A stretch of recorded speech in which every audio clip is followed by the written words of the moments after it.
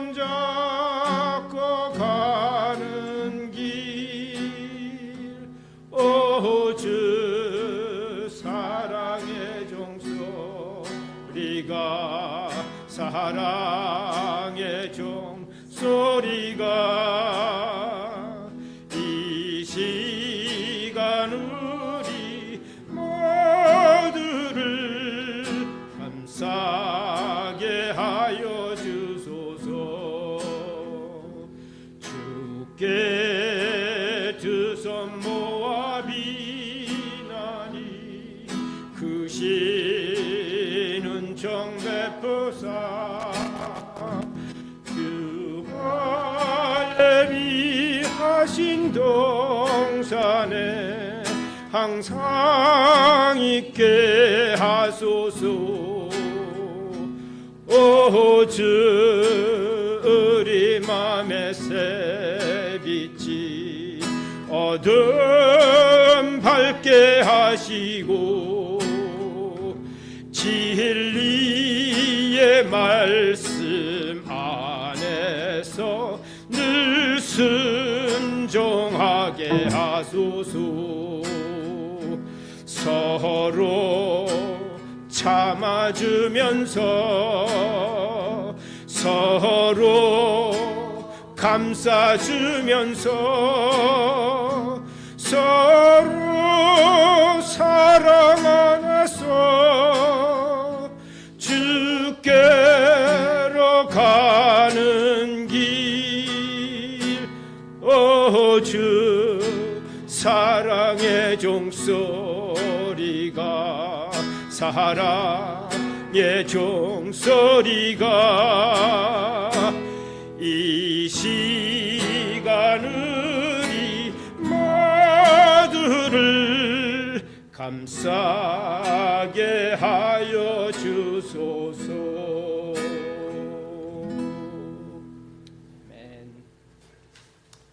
아멘. 예수 십자가에 흘린 피로써 그대는 씻기어 있는가? 더러운 죄 회개하는 능력을 그대는 참을지 하는가? 예수의 보혈로 그대는 씻기어 있는가? 마음속에 여러 가지 죄악이 깨끗이 씻기어 있는가? 주 예수와 밤낮으로 늘 함께 그대는 행동을 하는가? 아무 때나 어디든지 그대는 십자가 붙들고 있는가? 예수의 보혈로 그대는 씻기어 있는가? 할렐루야. 마음속에 여러 가지 죄악이 깨끗이 씻기어 있는가? 주 예수와 영접할 예복이 있는가?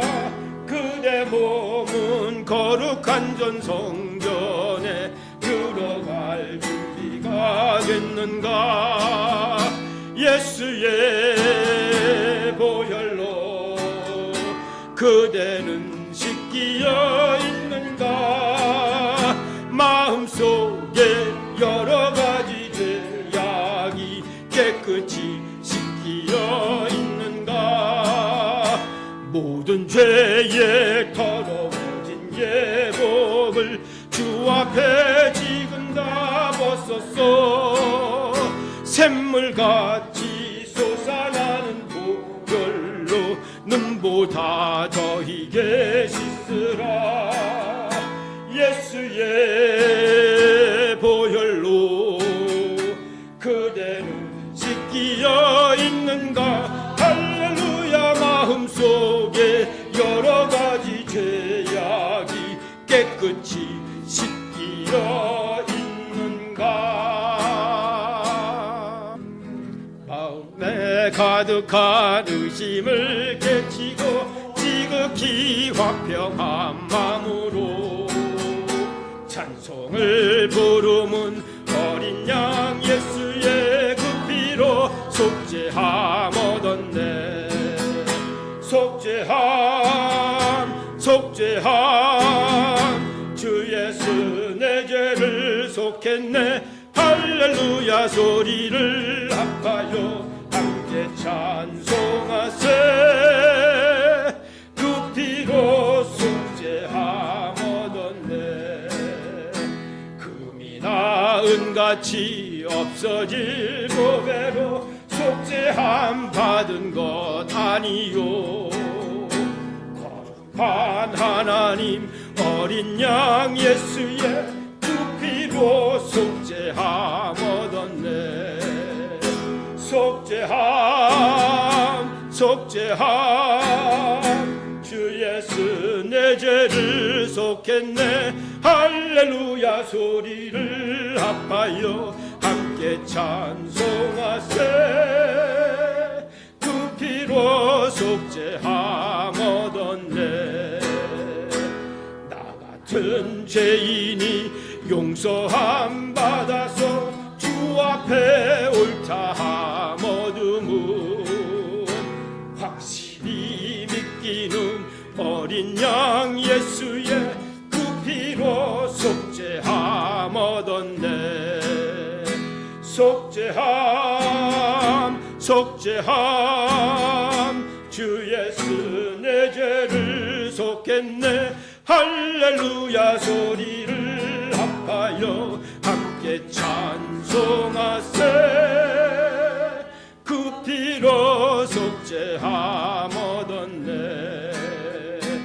거룩한 천국에 올라간 후에도 넘치는 은혜의 찬송을 기쁘게 부르무 어린 양 예수의 그 피로 속죄함 얻었네.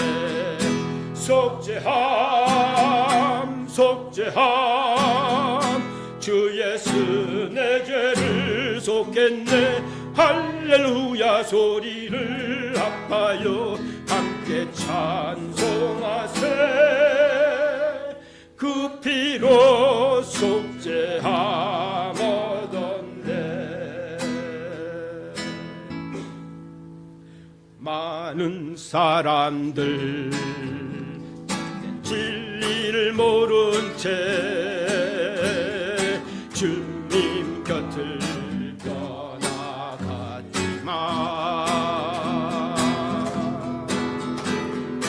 내가 만난 주님은 참 사랑이었고 진리이고 소망이었소.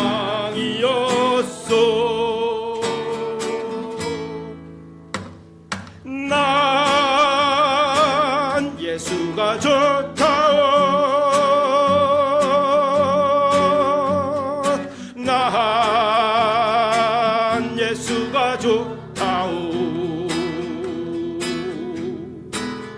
주를 사랑한다던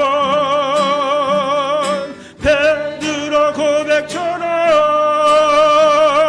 난 예수를 사랑한다오. 무거운 짐진 자 다 내게로 오라. 내가 너를 쉬게 하리라. 이 길만이 생명의 길 참 복된 길이라. 항상 내게 들려주셨소.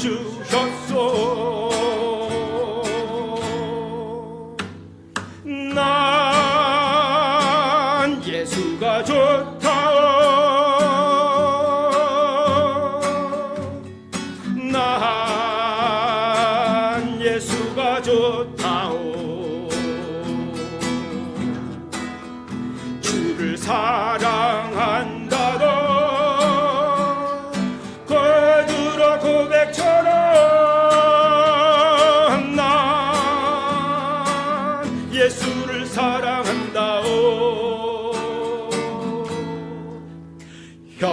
주의 자매여 참 행복을 찾거든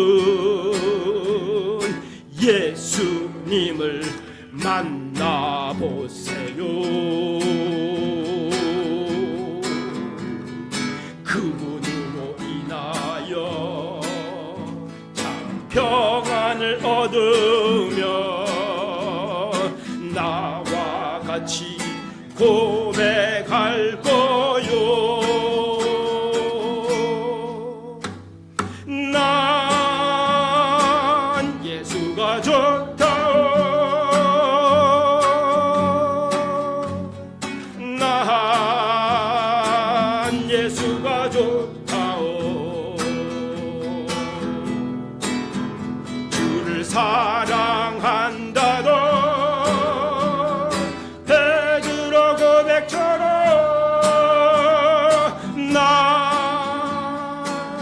예수를 사랑한다오. 고린도후서 1장 1절부터 11절까지 말씀 같이 한 목소리로 봉독합니다. 시작. 하나님의 뜻으로 말미암아 그리스도 예수의 사도된 바울과 형제 디모데는 고린도에 있는 하나님의 교회와 또 온 아가야에 있는 모든 성도에게 하나님 우리 아버지와 주 예수 그리스도로부터 은혜와 평강이 있기를 원하노라.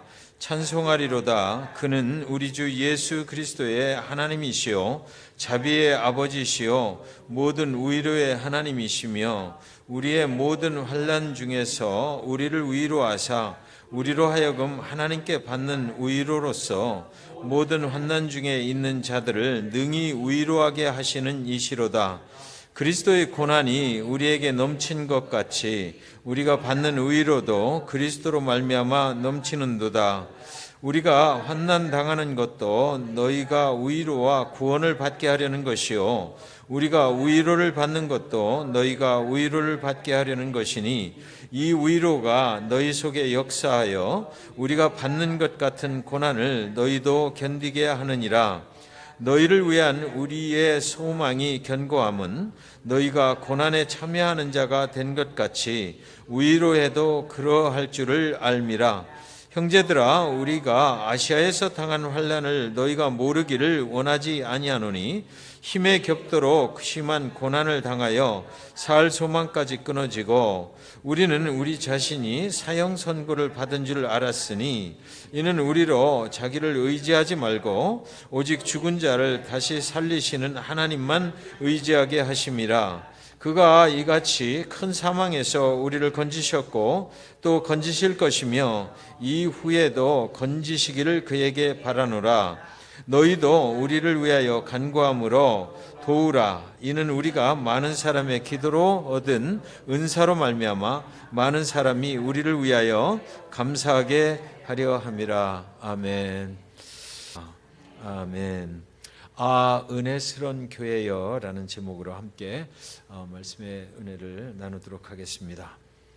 주일 아침이 되면 일주일 동안 열심히 또 세상 속에서 하나님의 백성으로서 삶을 살다가 주일 아침이 되면 정성스럽게 또 깔끔하게 철치 드레스로 이렇게 옷을 갈아입고 교회 예배 시간에 늦지 않게 도착을 해서 예배실도 좀 미리미리 이렇게 정돈을 하고 그리고 조용히 또 기도할 수 있도록 음악을 틀어놓고 한 주간 우리의 삶을 붙잡아 주신 그 하나님께 감사의 그런 기도를 조용히 이렇게 드리고 있노라면 한두 분씩 성도님들이 예배당으로 들어오시는 소리가 나고 또 예배 시간이 가까워지면 내가 미리 정리해 놓은 그 의자들에 가서 자리를 잡고 앉으시고 개중에는 또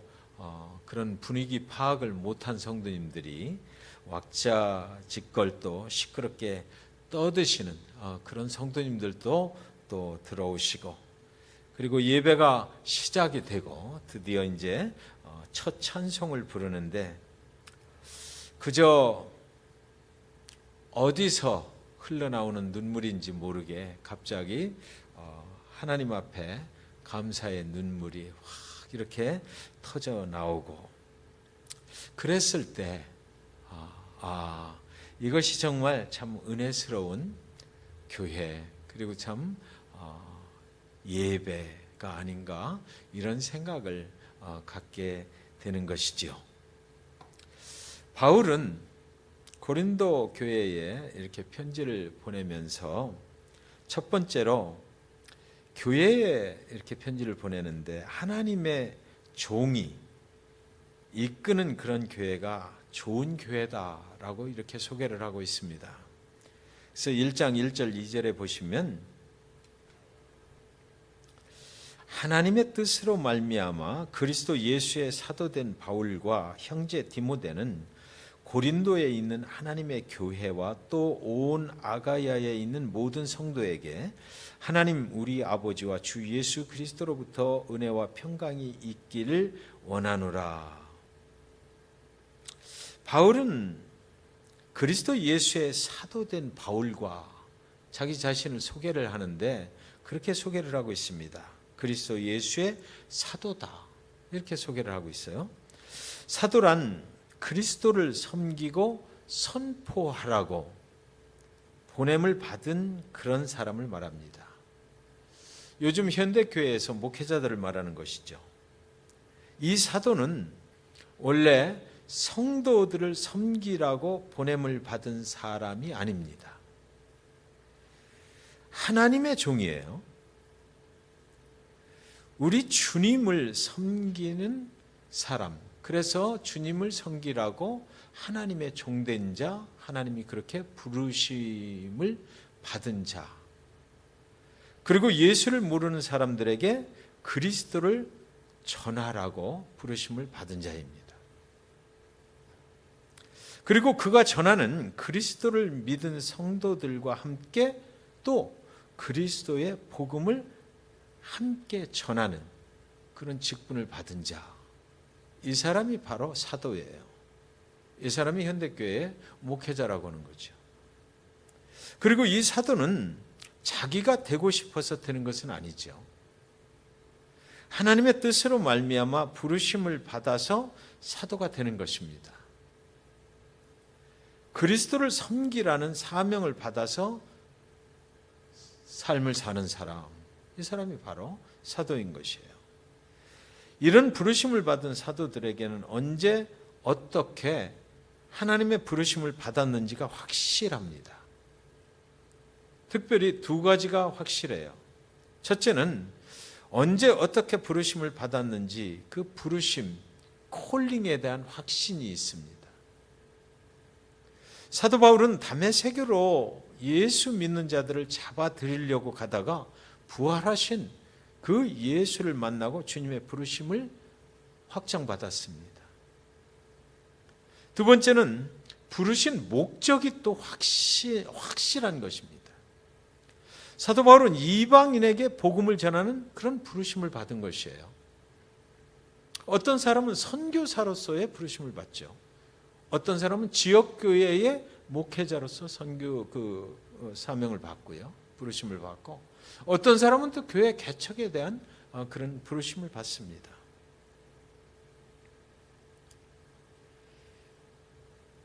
사도 바울은 이방인에게 복음을 전하는 부르심을 받은 사람이죠.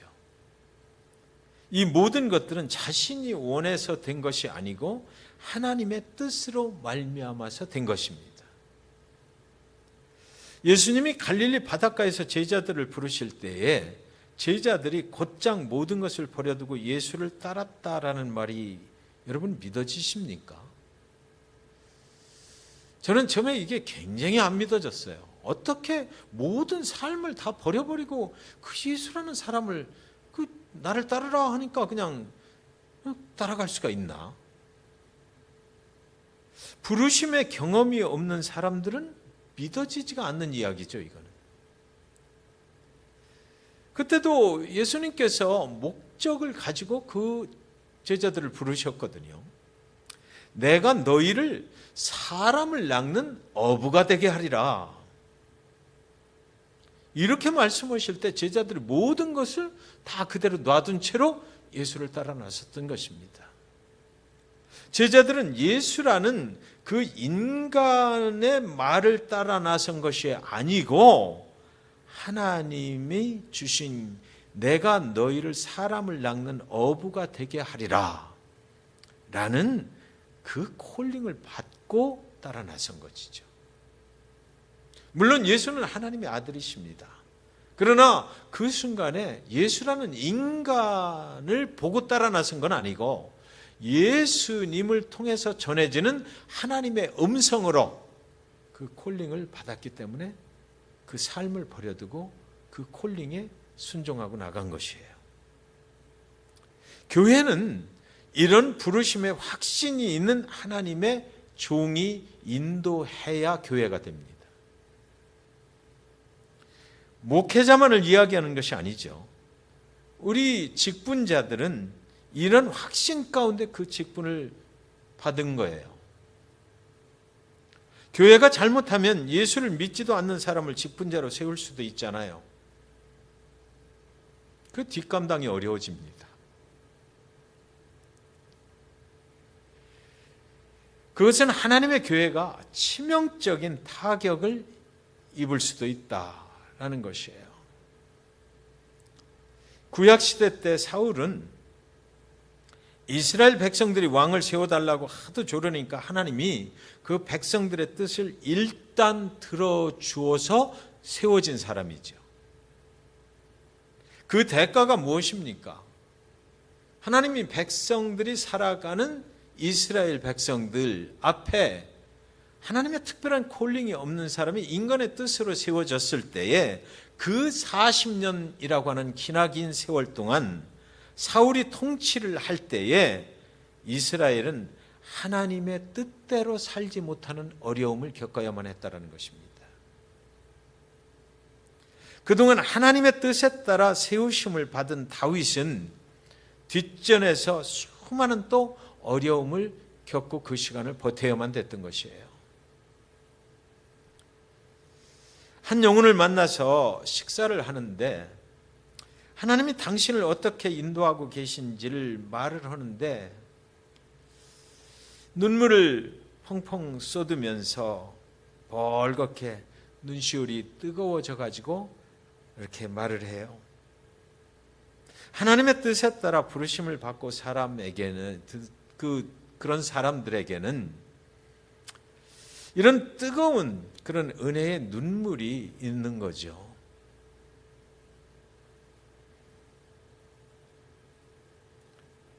이런 성도님에게는 교회의 어떤 직분을 맡기면 정말 은혜로 잘 감당을 하게 되는 것입니다. 하나님의 뜻에 따라 세우심을 받은 하나님의 종은 첫 번째로 바울처럼 다메섹 도상의 체험이 분명히 있어야만 합니다. 주님을 구원자로 만난 그 확신이 분명해야 되는 거죠. 두 번째로 하나님으로부터 말씀을 전파하라는 사명을 받은 자라야만 합니다. 하나님의 뜻으로 부르심을 받는 것이죠. 하나님께서 목적을 분명히 가지시고 지역교회의 목회자로 부르셨다면 그것이 분명해야 돼요. 세 번째로 그 받은 사명으로 마음에 열정이 또 불타고 있어야 되죠. 그 열정이 없이는 안 되는 거예요. 구약시대에 광야 교회를 세우실 때 먼저 모세를 부르셔서 사명을 주셨거든요. 두 번째 시내 산에서 그에게 말씀을 주셨어요. 그리고 세 번째로 성막, 곧 교회를 짓게 하신 것입니다. 그 광야 교회의 모세의 사역을 위해서 하나님께서 그를 부르시고 하나님의 뜻으로 말미암은 그런 하나님의 종으로 거기다 세워주신 거죠. 모세는 그런 하나님의 콜링을 받은 하나님의 종이었기 때문에 하나님을 끝까지 순종하면서 살 수가 있었던 것입니다. 하나님을 섬기는 그런 종으로의 부르심을 받았어요. 신약교회를 세우실 때는 어떻게 하셨나요? 많은 사람들 가운데 먼저 12 제자를 부르셨습니다. 그리고 그들에게 3년 동안 하나님의 말씀을 예수님을 통해서 가르치게 하셨어요. 그리고 세 번째는 오순절 날이 이름에 성령님의 강림으로 성령이 임하시고 그들을 통해서 교회를 세우셨다고요. 거기서부터 신약교회가 시작이 된 거거든요. 성령이 그들에게 임하자 그들에게는 주님을 향한 복음을 선포할 뭐가 생겼어요? 열정이 생겼다 이거죠. 그래서 목사는 자신이 이 교회의 주인이 돼서는 안 되는 것입니다. 하나님의 종이니까요. 목회자의 주인은 하나님이신 것이 분명해야죠. 하나님의 종이니까 하나님의 뜻으로 교회를 인도해 가는 사람이 목회자인 거죠. 많은 사람들은 교인들의 종인 줄 아는데 그렇지 않아요. 하나님의 종이에요. 목사가 사람의 종이 되면 하나님의 일을 하는 교회가 아니라 사람의 일을 하는 교회로 그 교회가 전락이 되고 말기 때문에 이것은 굉장히 중요한 거죠. 여기서 하나님은 하나님의 부르심을 받은 하나님의 종에게 무슨 사명을 주시느냐 하면 첫째는 복음 선포의 사명입니다. 복음을 선포하라는 거예요. 구원으로 가는 길, 그 길이 어떤 길인가 그것을 선포하라는 거죠. 그리고 두 번째는 그리스도의 사랑으로 교회와 성도들을 하나님의 나라 영원한 천국으로 인도하는 사명입니다. 성도님들은 목사가 어느 개인의 종이 아닌 것을 그래서 알아야만 합니다. 저 사람이 내가 또는 우리 교회가 주는 그런 사례비로 사는 종업원으로 오해를 해서는 안 된다는 것이에요.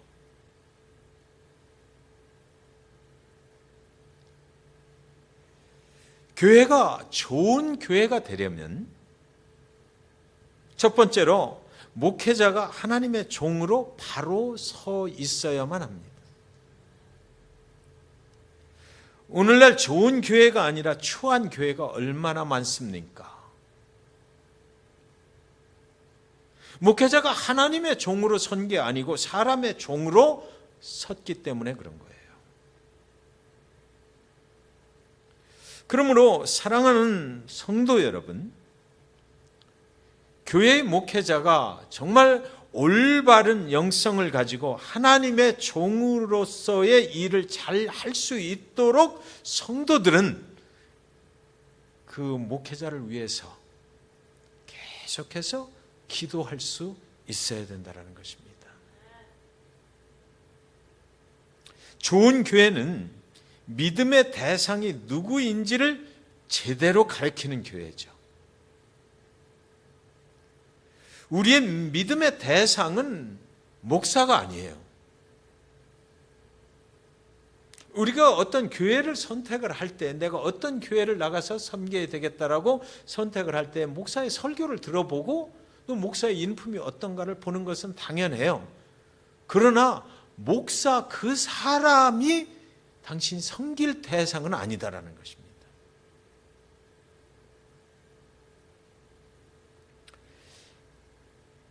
또 우리가 섬길 대상이 교회의 어떤 직분자들도 아니에요. 우리의 섬김의 대상은, 주체는 분명히 하나님이신 거죠. 모든 성도들은 교회에 나와서 목회자를 비롯해서 누구도 그 하나님만이 영광을 받으시고 하나님만이 우리의 섬김을 받으실 분이다라는 것을, 그것을 파괴해서는 안 돼요. 그것이 분명하게 서 있어야 되는 거죠. 하나님은 누구입니까? 우리를 위해서 죽어주신 그 예수 그리스도, 그분의 아버지거든요. 예수는 사람으로 오셨지만 하나님이셔요. 그래서 우리는 예수의 이름을 높이는 것입니다.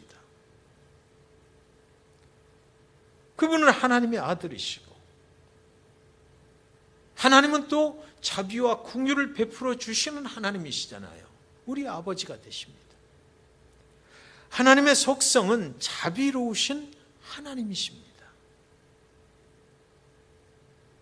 느헤미야서 9장 17절에 보시면 거역하며 주께서 그들 가운데서 행하신 기사를 기억하지 아니하고 목을 굳게 하며 패역하여 스스로 한 우두머리를 세우고 종되었던 땅으로 돌아가고자 하였나이다. 그러나 주께서는 용서하시는 하나님이시라 은혜로우시며 긍휼히 여기시며 더디 노하시며 인자가 풍부하심으로 그들을 버리지 아니하셨나이다. 스스로 우두머리를 세우고 옛날에 하나님을 섬기지 않았던 그곳으로 돌아가자 할지라도 하나님께서는 그들에게 자비를 베푸시고 은혜를 베풀어 주시고 인자가 풍부하심으로 그들을 버리시지 아니하시는 그 하나님, 우리의 실수를 용서해 주실 수 있는 그 하나님만이 우리가 섬기는 대상이 되어야 된다라는 거죠. 우리가 스스로 우두머리가 되려고 하면 안 된다라는 것입니다. 누가복음 6장 35절의 말씀에 보시면 오직 너희는 원수를 사랑하고 선대하며 아무것도 바라지 말고 구워주라. 그리하면 너희 상이 클 것이요 또 지극히 높으신 이의 아들이 되리니 그는 은혜를 모르는 자와 악한 자에게도 인자하시니라. 하나님을 섬긴다는 것이 분명하면 우리는 서로 사랑할 수가 있어요. 하나님만이 우리의 예배를 받으실 분이다라는 것이 분명할 때에 우리는 서로 사랑하게 된다라는 것입니다. 그 은혜 때문에 나 같은 원수까지도 사랑해 주신 그 하나님을 우리가 섬길 때에 그 은혜로 말미암아 우리는 하나님의 말씀에 서로 사랑하라는 그 말씀에 순종할 수가 있다라는 것이죠. 하나님은 은혜를 모르는 자와 악한 자에게도 인자와 자비를 베푸시는 하나님, 이 말씀을 생각하면 나 같은 악한 자에게도 은혜를 베풀어 주셨음을 깨닫게 되기 때문에, 그렇다면 내 마음속에 저 악한 자로 보이는 저 사람도 하나님의 은혜 안에 있구나라는 것을 깨닫게 돼서 그 사람을 사랑할 수가 있다는 것입니다. 하나님은 차별이 없으신 하나님이시고 나 같은 비천한 자도 사랑해 주신 하나님, 그것을 생각할 수가 있는 거예요.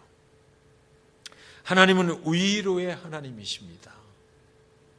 하나님은 우리를 그냥 두시지 않아요. 고아처럼 내버려 두시질 않고 하나님께서 우리를 감싸주시고 괜찮다 말씀하시고, 그래도 내가 네 실수한 걸 알지만 나와 함께 가자, 일어나라 말씀해 주신 그런 하나님.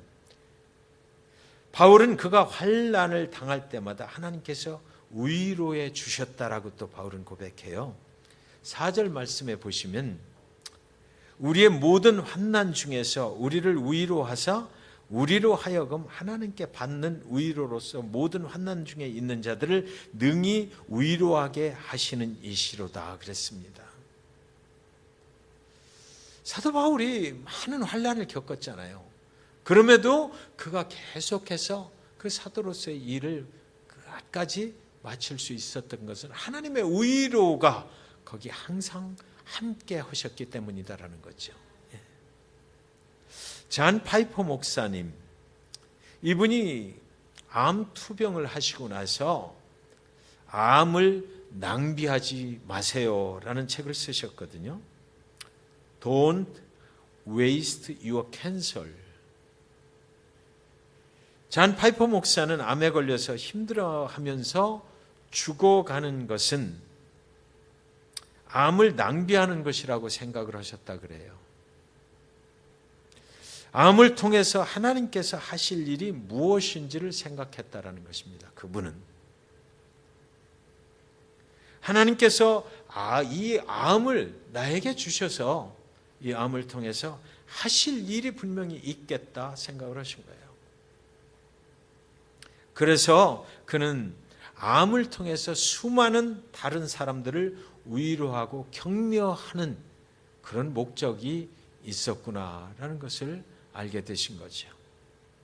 그러므로 암은 낭비가 아니라고 생각했어요. 우리가 삶에서 경험하는 여러 가지 아픔들, 고통, 실패, 이것이 자신만의 경험으로 끝나서는 안 된다는 거죠. 사도 바울이 모든 환난을 겪으면서 생각했던 것은 이 환난이 많은 이 세상 속에서 나에게 주시는 이 환난을 통해서 나를 그 환난 가운데서 위로해 주시고 격려하시는 그 하나님이 다른 사람들의 위로자가 되실 수 있도록 내가 사역을 해야 된다 라고 했던 거죠. 그것은 하나님의 부르심이 확실했던 사도 바울이 깨달았던 거죠. 하나님께서는 나를 위로하실 뿐만 아니라 환난 당하는 모든 사람들을 위로하시기 위해서 나에게 이르는 환난을 주신다라는 거였어요. 우리가 어떤 문제를 이겨내고 승리한 것으로 끝나면 안 된다라는 거죠. 그것은 승리의 이야기가 아니다라는 것입니다. 우리가 승리한 그 경험을 또 다른 사람과 나눌 수 있어야 된다라는 것입니다. 그래서 그들도 나처럼 환난 가운데서 승리할 수 있도록 하나님이 우리를 승리케 하신다라는 것을 얘기할 수 있어야 된다는 것입니다.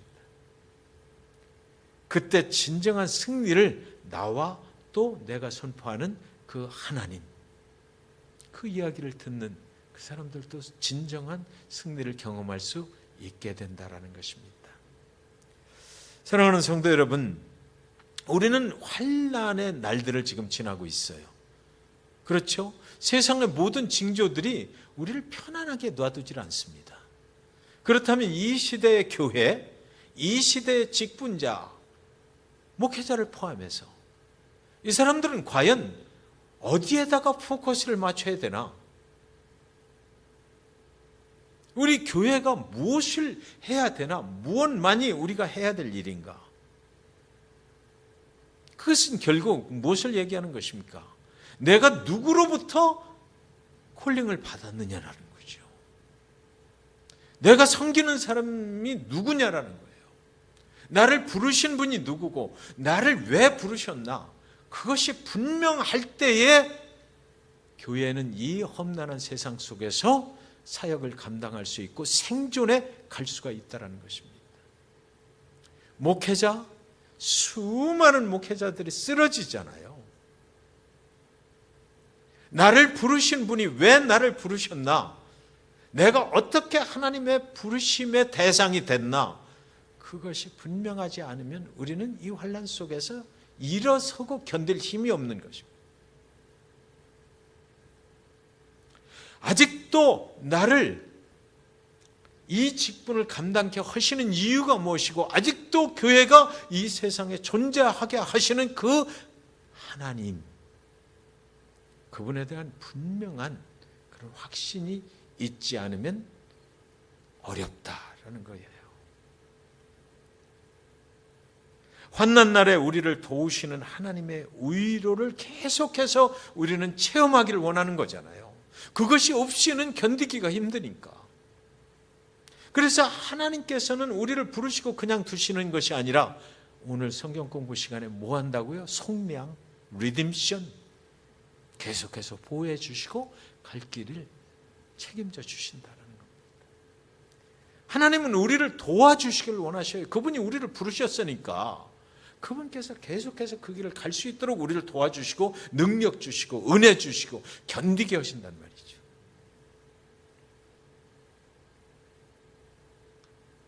그래서 우리가 기도할 때에 이 환난의 경험 속에서 하나님의 위로를 내가 먼저 경험하게 하시고 그리고 그 경험을 다른 환난 가운데 있는 자들을 위로할 수 있는 그런 사람이 되게 해 주소서라고 우리는 기도해야 한다는 것입니다. 하나님은 누구를 언제 도와주실까? 제가 알고 있는 분명한 것은 하나님을 향하여 부르짖는 사람을 도와주십니다. 하나님께 내가 지금 환난 가운데 있습니다. 내가 지금 너무 어렵습니다. 라고 얘기하는 사람을 하나님 도와주셔요. 출애굽 이스라엘 백성들을 구원으로 인도하시려고 결정하신 때가 바로 그들이 부르짖어 하나님께 나아갈 때에 하나님께서 기억하셨어요. 옛날에 약속하셨던 걸 기억하시고 그들을 권면하시고 내가 이제 너희들을 가나안까지 약속의 땅으로 인도해 갈 거다라고 하셨잖아요. 하나님께 매달리는 사람을 하나님 도와주십니다. 도와주셔서 하나님을 향해서 두 손을 높이 들고 부르짖을 때 도와주셔요. 정말 우리 교회가 오늘 이렇게 장근정 집사님 찬양 인도해 주시고 너무 감사해요. 그런데 제가 보았던 교회 중에 주일 예배 때 찬양 시간에 앉아서 찬양 드리는 교회는 우리 교회밖에 없는 것 같아요.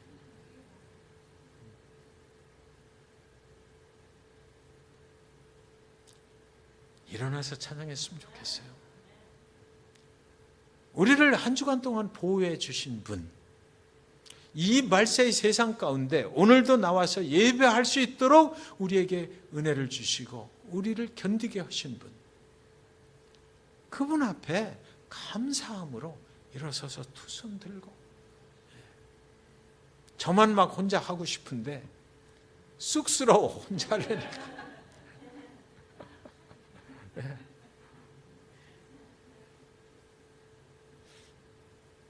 전에도 아내하고 둘이 다른 교회에 특별 예배 이런 거 있어서 참석을 하게 되면 막 저는 그냥 막 아멘 소리가 막 크게 나오고 막 손들고 찬양하고 막 그렇게 하면 아내가 옆에 왜 그래? 당신 좀 제발 좀 티 좀 내지 마.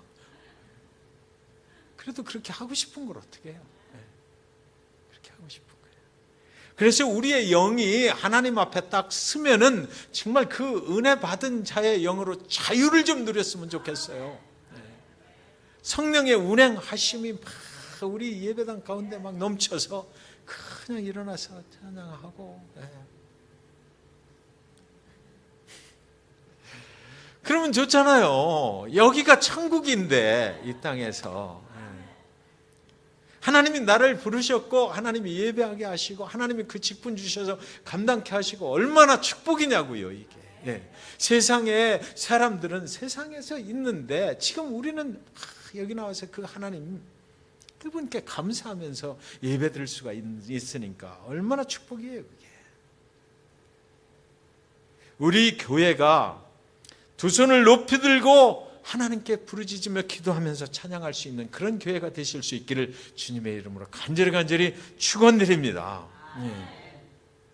첫 번째로 우리 교회가 좋은 교회가 되려면 콜링이 분명한 그런 목회자가 있어야 하고요. 목회자가 하나님을 향해서 부르짖으며 기도하는 목회자가 있어야 되고요. 그래서 성도님들과 함께 그 예배가 그렇게 될 수 있도록 그런 좋은 교회가 되어야만 되는 거죠. 우리가 좋은 교회로 하나님의 말씀을 가르치고 배우는 그런 교회가 되게 해달라고 막 또 부르짖어서 함께 기도할 수 있는 교회. 우리의 환난 가운데 하나님이시여 나를 도우소서. 그렇게 눈물로 하나님 앞에 호소할 수 있는 그런 교회. 저는 그 기도할 때 이런 기도를 많이 해요. 하나님께서 구체적으로 개입하시고 간섭해 주십시오.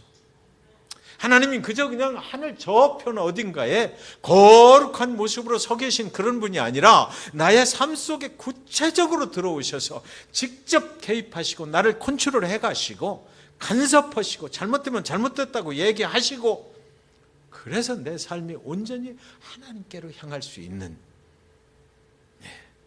그렇게 좀 해주셔요. 그래서 내가 하나님 믿으면서도 이게 정말 하나님이 하시는 일인가 아닌가 막 방황하고 혼돈 가운데 살아가지 않고 분명하게 이것은 하나님의 길이다라는 그런 확신을 가지고 갈 수 있게 해달라고요. 그렇잖아요. 암만 힘들고 어려워도 그런 확신이 있으면 그거 막 가는 거 아니에요? 견딜 수 있는 힘이 거기서 오는 거고, 그것이 환난이 아니고 그때는 기쁨이 되는 거죠.